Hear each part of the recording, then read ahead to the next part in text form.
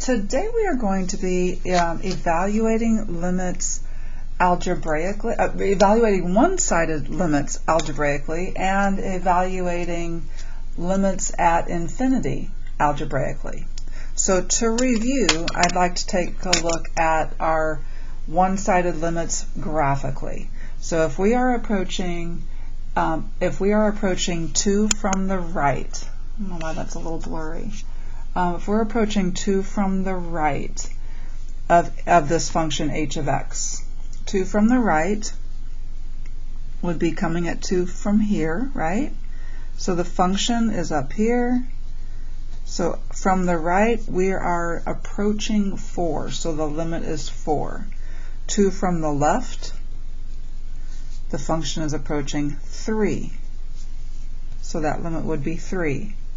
So the limit, since these are not the same, this limit would be non-existent, dne. What is the function value at 2? The function value at 2 is 3. Let's approach -2, this time from the left first, so we're approaching -2 from the left. The function value is, from that side, the function value is approaching -2. -2 from the right, the function value is up here, it's approaching 3. I think there's a little typo there. There shouldn't be a plus, that should just be a regular 2. So the limit as x approaches -2 would be, does not exist, it would be non-existent. The function value at -2, the function value at -2 is this point right here. It's at 1. Piecewise functions can do funny things. Okay, as x approaches -infinity, as x approaches -infinity, so x is going to -infinity, where's y? What is y doing? Well, y appears to be going to -infinity. That is a special dne. Does not exist. What about when x approaches positive infinity? As x approaches positive infinity, the function value is going also to -infinity. Non-existent.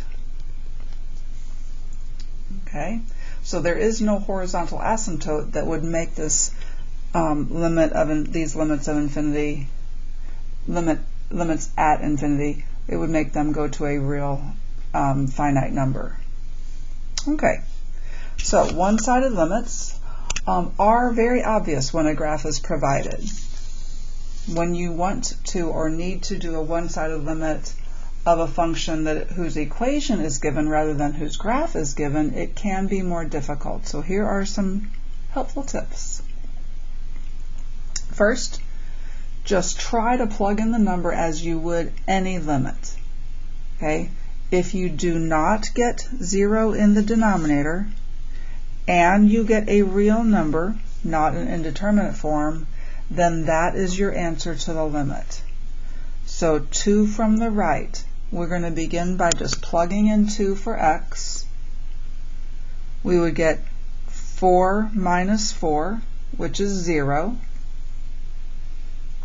On the bottom we would get 4 plus 4, which is 8. 0 divided by 8 is not indeterminate, that is 0. So this limit is just 0. I wrote it over here because I was wondering if I was going to get a 0 in the denominator as well, but I didn't, just got an 8. So that whole thing is just 0. Okay, let's plug in, I know that this is a one-sided limit, but let's just plug in 3. 4 minus 3 is 1. If we plug in 3 there, we're going to get 27. That is just 27, 1 over 27. Nothing funny going on at all. Yes, it's a one-sided limit, but it behaves just like a regular limit. Okay, x is approaching pi over 3 from the positive side, so from the right. Sine of pi over 3. Sine of pi over 3 is square root of 3 over 2. Cosine of pi over 3 is 1/2. I would multiply top and bottom by a 2. And this would get me square root of 3 on top, 1 plus 2 on the bottom, square root of 3 over 3. Okay, so that is all well and good. It's nice, but most of the time it's not going to be that way. Most of the time you are going to get a 0 in the denominator. And sometimes you'll get an indeterminate form. If you get an indeterminate form, you just do the same techniques that we learned the past 2 days. So factor and reduce, complex fraction, multiply by a conjugate, those all remain for those. But for one-sided limits, quite often you'll get a 0 in the denominator, but not a 0 on top. Okay? So let's take a look at what happens here. So here we have 3 coming from the positive side, and there is no hole. There's no hole here. Okay, if I put 3 up on top, I get a -2. If I put 3 on the bottom, I get a 0. Okay, this is one of those where I have an asymptote. There's a vertical asymptote at x is equal to 3. There's a vertical asymptote there. Okay, I know my curve is either going to go to positive infinity or negative infinity. I just don't know which one. Okay, so let's take a look at how we can figure out which one. Okay, so let's take a look at that. Same one.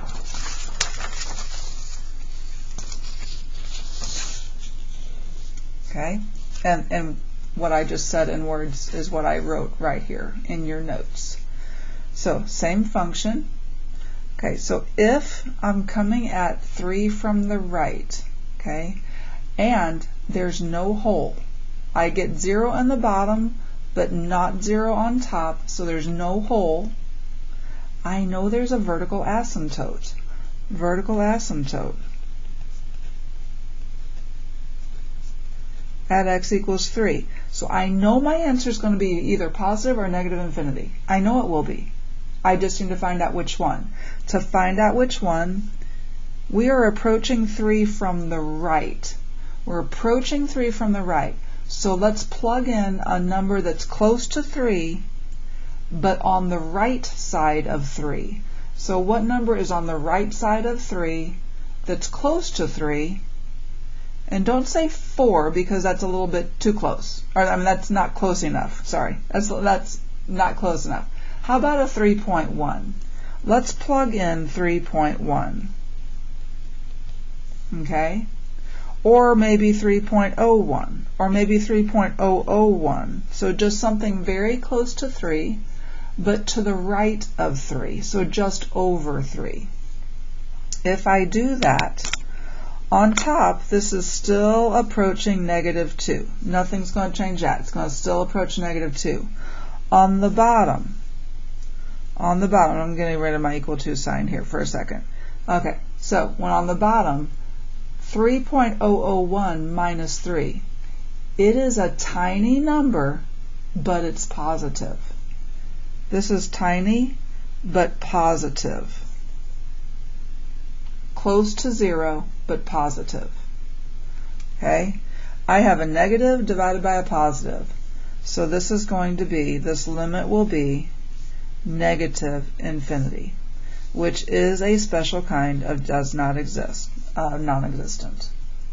So ask yourself, what sign will that be? When I put a number close to that, but on that side, what sign will this be? And then evaluate your signs. A negative divided by a positive will give you a negative. On a multiple choice answer, that would be the correct choice. Okay? On a multiple choice answer, they would not have both of those as choices, only one of them. All right, we're approaching 4 from the left, and notice this is completely factored, and there is no hole. No hole, asymptote. We have an asymptote when x is 4.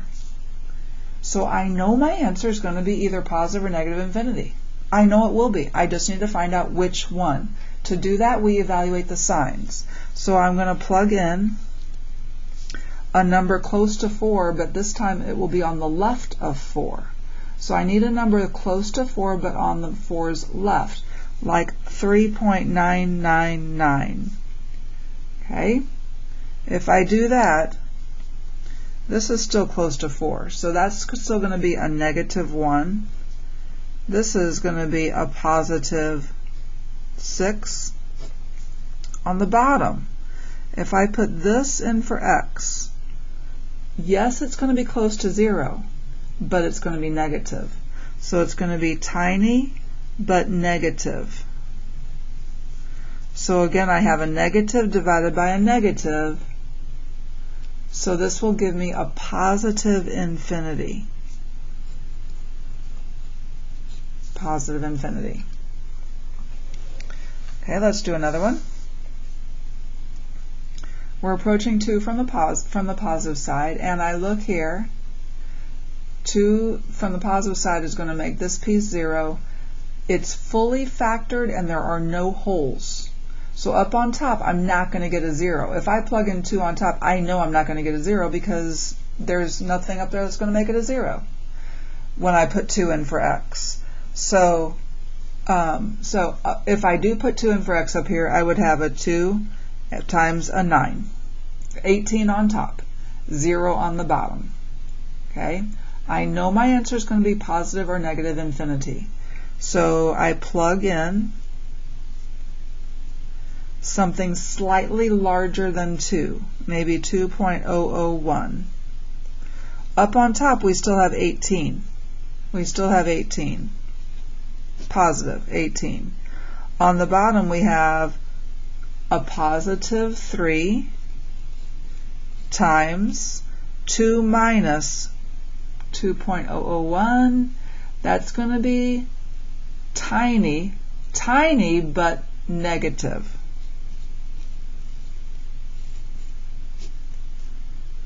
So which infinity is it?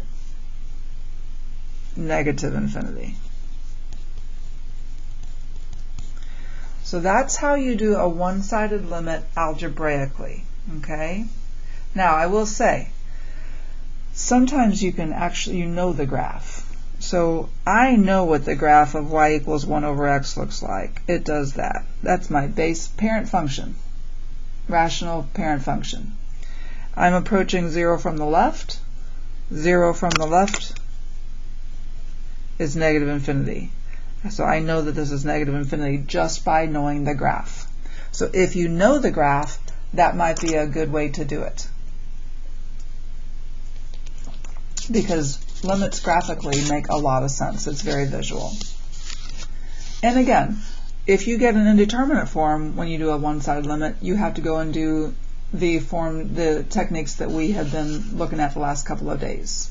Okay, factor and reduce, complex fraction, multiply by conjugate.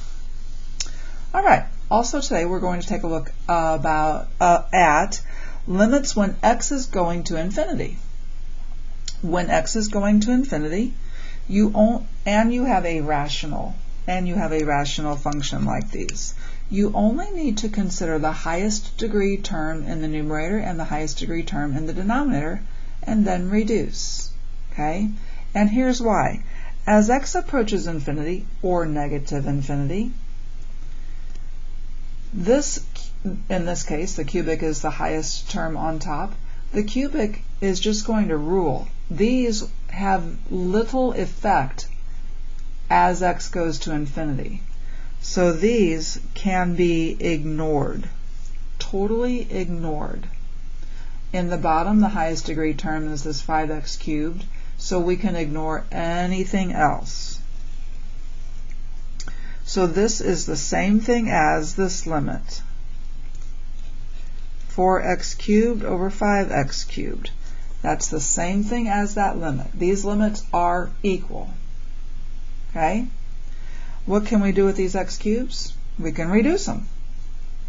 So this is the limit of, as x goes to infinity, of 4 over 5. Well, we lost our x's, so our limit is just whatever is left, 4 over 5. So that limit is 4 over 5. You can only do this when x is going to infinity or negative infinity. You can only ignore things when x is going to infinity or negative infinity. Okay, for this one, I see x is going to infinity, so I know I'm going to ignore some things. I'm looking for my highest degree term on top. I'm looking for my highest degree term on the bottom. I'm going to write those down, and then I'm going to reduce. So how do x to the fifth and x cubed reduce? Well, they reduce leaving an x squared on top. So this is negative 2x squared divided by 7. Now, I'm thinking of what happens to this as x goes to infinity. As x goes to infinity, the numerator, x is going to infinity, but I have this negative 2, so what is that numerator going to? That numerator is going to negative infinity. So we have something going to negative infinity divided by a positive 7, so this whole thing is negative infinity.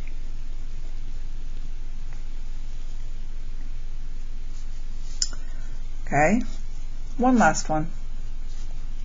Alrighty, x is going to infinity, so I know I need to go to my highest degree term on top and my highest degree term on the bottom. I'm going to ignore everything else and simplify those.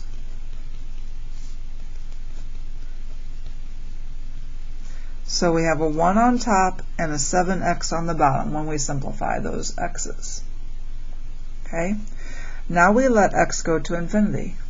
Well, x is going to infinity, so the denominator is going to infinity. 1 divided by something going to infinity is all going to 0. Infinity on the bottom, it goes to 0. Okay? And that is limits when x is going to infinity. That's how you handle those. And we will do more with that later in calculus.